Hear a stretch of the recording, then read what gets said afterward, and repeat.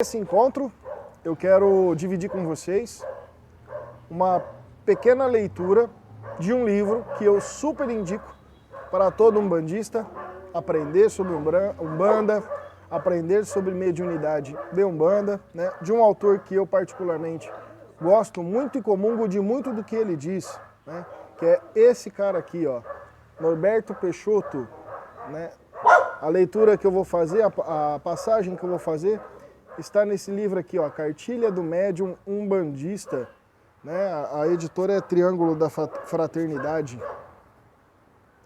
Norberto Peixoto, um cara muito lúcido, passou por algumas escolas umbandistas, inclusive a Umbanda Esotérica, e hoje tem o seu trabalho muito bem fundamentado, um trabalho muito bonito no Rio Grande do Sul. É certamente um dos grandes umbandistas e um dos grandes escritores da Umbanda.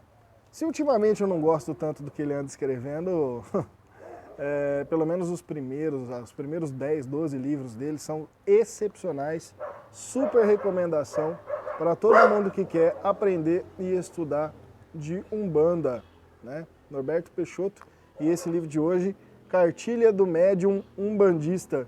Bonito isso. E a passagem que eu vou fazer está aqui na página, começa a partir da página 103, né? Que fala do lado oculto de uma sessão da caridade de Umbanda. E vai da 103 até a 111 ali, mas eu vou ler só os primeiros parágrafos para discorrer um pouco do assunto que eu desejo com vocês, tá certo? Imaginemos dois médiuns que gritam com as esposas, são impacientes com os filhos, chutam os cachorros, falam mal dos outros, exploram empregados, uma imensa lista de imperfeições. O primeiro vai ao terreiro ou no centro espiritualista e, uma vez por semana, cumpre a missão, entre aspas. Enquanto o segundo nada faz de altruísmo em lugar nenhum. Ambos imperfeitos, diga-se de passagem, como todos nós o somos em maior ou menor grau. Qual dos dois tem mais valia para o mundo espiritual? Qual dos dois tem mais chances de mudar com o tempo? A pedagogia da Umbanda vivenciada nos terreiros é paciente, misericordiosa, movida por compaixão. Como dizia o velho Mate Silva, insigne mestre. Gente, isso é muito importante. Observem essa frase. Mais vale o médium vaidoso e imperfeito que faz a caridade do que aquele que nada faz. Vou repetir. Mais vale o médium vaidoso e imperfeito que faz a caridade do que aquele que nada faz. Não poucas vezes apontamos defeitos nos outros para justificarmos para nós mesmos o que não fazemos.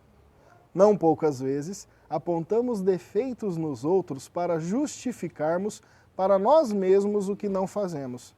Temperamento coice de mula, num mecanismo de compensação psicológica que minimiza nossas frustrações. Inquestionavelmente, não existem médiuns santos, e os espíritos benfeitores atuam na vasta imperfeição humana. O que estamos querendo dizer é que não precisamos ser perfeitos para ser médiuns. Muitos justificam suas desistências afirmando que não estão preparados para a tarefa. Passam-se os anos e logo o médium está aposentado, com mais de 60 anos, e ainda se diz despreparado, agora por estar muito velho e cansado, alegando que não tem mais pique.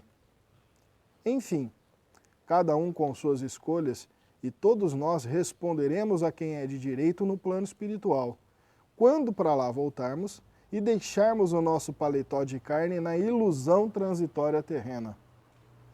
Os potenciais candidatos a médium têm medo do desconhecido, o que nos leva a fugir de assumir compromissos. A melhor forma de vencermos essa barreira é o que ignoramos tornar-se conhecido. Uma passagem fantástica, né? Breve e que nos dá uma uma série de lições sobre a amplitude da vida mediúnica. E nesse sentido, eu sou muito questionado, né?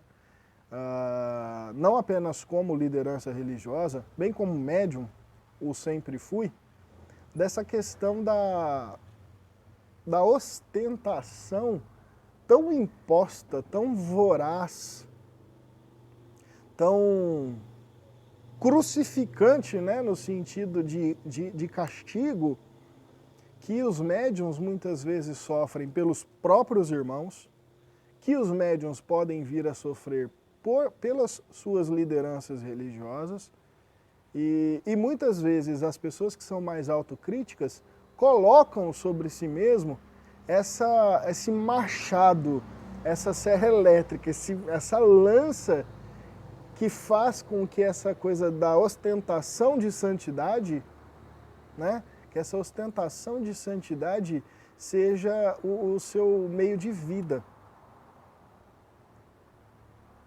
E existe um paralelo muito importante a ser levado em consideração nesse momento, né? Não há a exigência da perfeição para a mediunidade. Pelo contrário, é na mediunidade em que a gente reconhece que somos imperfeitos para começarmos um trabalho, um estudo, um desenvolvimento de lapidação moral, intelectual, sentimental e em todas as áreas da vida, para que a gente possa angariar forças de sobrepujar e de limitar e de ir podando essas limitações, essas debilidades que nós temos aí em todas as áreas, para poder chegar no final da vida como pessoas melhores, como pessoas mais caridosas, pessoas mais amorosas. Mas não há essa condição voraz que castiga as pessoas e faz muitos médiuns desistir da vida espiritual, que é essa coisa, eu sou bonzinho a todo tempo, eu sou santo a todo tempo. Poxa, é aquela coisa da penitência, sabe?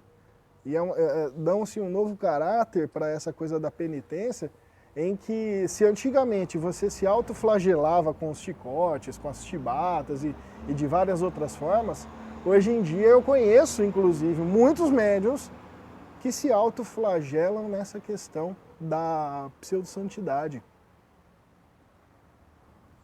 Acredito veementemente que que o start, né, que o insight que nos leva a viver a vida mediúnica seja o reconhecimento das nossas imperfeições.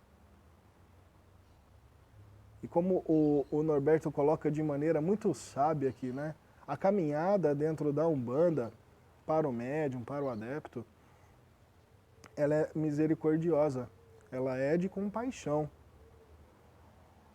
né? O ruim da situação é quando a gente se utiliza da religião para aumentar aquilo que a gente vem fazendo de errado, né? Diante das leis dos homens, diante das leis divinas. Agora, achar que você está na religião, erra na vida e vai para os quintos dos infernos, isso é uma ideia muito maniqueísta da cultura católica e que limita demais a vida da gente. A grande sacada é nos considerarmos capazes de lidar com nós mesmos. Acho que essa força deve ser professada dentro da Umbanda, né? Como que você angaria a força, axé, vida, para se enfrentar diante daquilo que te limita, diante daquilo que te faz errar? Porque cada vez mais, né, esses erros, essas debilidades vão se tornando mais presentes no nosso consciente. E aí, nesse sentido, nós da Umbanda temos esse dever, essa obrigação, né, de realmente avaliar aquilo que nos torna frágil, aquilo que nos torna incapaz, aquilo que nos torna omisso, aquilo que nos torna transgressor das leis, e a partir desse instante angariar forças no seu terreiro, com o seu guia, com o seu sacerdote, na sua casa, com seus irmãos de fé, para sobrepujar, né? Vou repetir a frase do Mata que está aí presente em todos os livros e Norberto fez questão de mencionar. Mais vale o médium vaidoso e imperfeito que faz a caridade do que aquele que nada faz. Isso também me traz a lembrança de quantas pessoas e quantos médiuns maravilhosos eu já conheci. Olha que eu tenho uma historinha pequenininha na Umbanda, que deixaram a vida mediúnica de lado, que deixaram de se desenvolver mediunicamente por se considerarem incapazes, né, de fazer a caridade. Ou não, eu só faço merda na minha vida, eu só faço coisa errada na minha vida, vou mexer com essas coisas não. Acho que eu só vou atrapalhar ao invés de ajudar. Tenho para mim, né, que essas pessoas são talvez mais capazes de poder receber insights de coisas boas do que necessariamente continuar nos padrões que ela tinha. Sua bênção, mestre. E eu coloco até a minha história pessoal nesse sentido, né? Quando eu iniciei na vida umbandista, além de não saber absolutamente nada da religião, com a minha vida pessoal, com a minha vida sentimental, minha vida profissional, estava literalmente tudo errado. Não era nem do avesso, era errado. E eu sabendo que eu estava fazendo tudo errado, queria chutar o pau da barraca quando comecei. Falei, não estou nem aí para essas coisas não acreditava em nada, de nada. Mas aquele impulso de querer um movimento foi me levando, e com essa misericórdia que existe no trabalho umbandista, com essa compaixão, e graças a Deus com a paciência do meu antigo mestre, eu fui angariando impulsos que me levaram a reconhecer e trabalhar tais condições. Tem uma colocação do Norberto aqui também que chama muita atenção em relação aos médiuns. Essa fuga que existe diante do trabalho mediúnico, diante do desenvolvimento mediúnico, por conta do desconhecimento, né? E aí esse desconhecimento se torna, no consciente desse médium, um motivo tremendo para deixar a vida de lado, quando na verdade aquilo que a gente não conhece, basta a gente conhecer para saber lidar. Né? Basta a gente conhecer, basta a gente investigar, averiguar. Fato é, você veio até aqui, viveu esse momento, está desse jeito e nesse estado, porque inexoravelmente pediu antes de encarnar. E nessa condição atual de vida que você está vivendo, nesse estado emocional, financeiro, tudo isso é inexoravelmente fruto das suas escolhas. Portanto, quando a gente aumenta, expande a nossa capacidade de compreensão, expande a nossa capacidade de visão, expande a nossa capacidade de percepção, nós expandimos também as possibilidades de realização de novas escolhas diante das debilidades que nós temos intrínsecas em nós.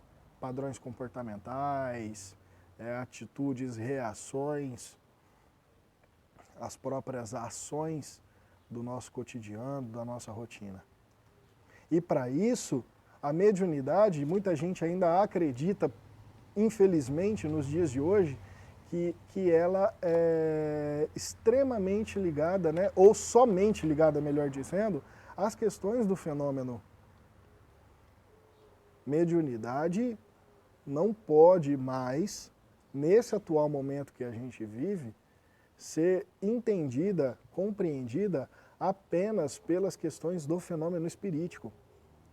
Eles fazem muito parte desse processo, eles estão intrinsecamente ligados, mas a mediunidade é a capacidade sensível, sobretudo, de uma pessoa e que deve ser explorada no sentido do conhecimento, no sentido da investigação, no sentido da percepção, para que a pessoa, através dessa sensibilidade, ela possa ter qualidade de vida,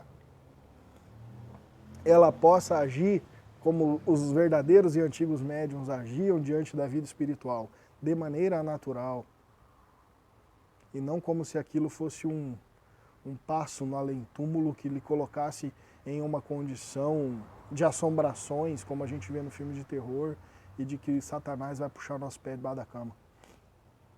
Isso já não cabe mais. A mediunidade, eu parafrasio aqui um pouco alguns conhecimentos antigos com os filhos de santo da nossa casa, que eu digo o seguinte: eu gostaria realmente, ainda que isso não seja verdade, tá, dentro da Umbanda, mas eu gostaria realmente que todo mundo se reconhecesse médium, que todo mundo fosse médium. Kardec não fala exatamente, não traz essa compreensão. As pessoas compreenderam Kardec mal. Na Umbanda já é sabido que todo mundo é médium, mas não é médium de Umbanda, por N fatores. Porque o foco do meu assunto aqui é hoje. Mas eu adoraria, muitas vezes, que toda a humanidade se reconhecesse médium. Que toda a humanidade reconhecesse e sofresse influências através das suas percepções. Sabe por quê? Porque isso iria conferir a essas pessoas a coisas que a gente está omisso na nossa vida. O autocuidado, nós estamos omissos com as frequências que a gente emite na mente. Nós somos antipaticamente frágeis diante das nossas emoções. Carregamos uma carência infernal pela misericórdia de Deus, que está aqui brilhando sob o sol à nossa cabeça. E aí ficamos de joelhos aos pés de padres, pastores e pais de santo, pedindo por coisas, por mudanças, que estão aqui, ó, escancaradas nos nossos olhos. E o médium, numa boa casa espiritualista, sabe disso. Sabe que tem que lidar com isso. Sabe como, inclusive, lidar com isso. Através das gírias, da incorporação do seu mentor, ou do contato, né, da consulta com os mentores da casa. Das literaturas que nos competem, mais uma vez aqui indicando esse livro maravilhoso, das literaturas que competem a gente entender os aspectos da vida espiritual. Então, médiuns imperfeitos e médiuns perfeitos que estão aí fugindo dos seus compromissos, se atentem para esse detalhe de que a imperfeição que está em mim vai comungar com a sua imperfeição e a gente vai aprender pra caramba um com o outro. E vai comungar com a imperfeição do outro, e vai comungar com a imperfeição do outro, e nessa força, nessa dignidade de correr atrás daquilo que devemos, ainda que imperfeitos e vaidosos, juntos, a gente consiga promover a caridade, como diz o velho Mata. Do que ficar aí ostentando essa vida de quarentena jogado para os cantos do seu quarto, sem absolutamente nada fazer. Nós estamos numa escada e se aqui estamos vivos, nós reconhecemos perante o Criador que temos nessa chance no sangue que está correndo em nossas veias de poder realmente ir em busca de um processo de crescimento e melhoria e pagamento de débitos passados que eu não quero nem saber. Se eu fui Cleópatra, se eu fui Alexandre o Grande, se eu fui a rapariga que estava num cabaré qualquer aí. Eu quero só crescer nessa vida, amar e dar o meu melhor. Vai ser dentro do terreiro, vai ser fora do terreiro, vai ser no meu trabalho, vai ser escrevendo, vai ser de qualquer forma. E é assim que nós devemos acreditar que a vida mediúnica vai promover de fato melhorias em todos os sentidos, né? Porque a realidade espiritual está aí para absolutamente qualquer um ver. Estuda, se desenvolva, cresça e procure um bom terreiro, né? Nosso terreirinho é apenas um nesse vasto universo de possibilidades espiritualistas e de crescimento pessoal e espiritual. Tá certo?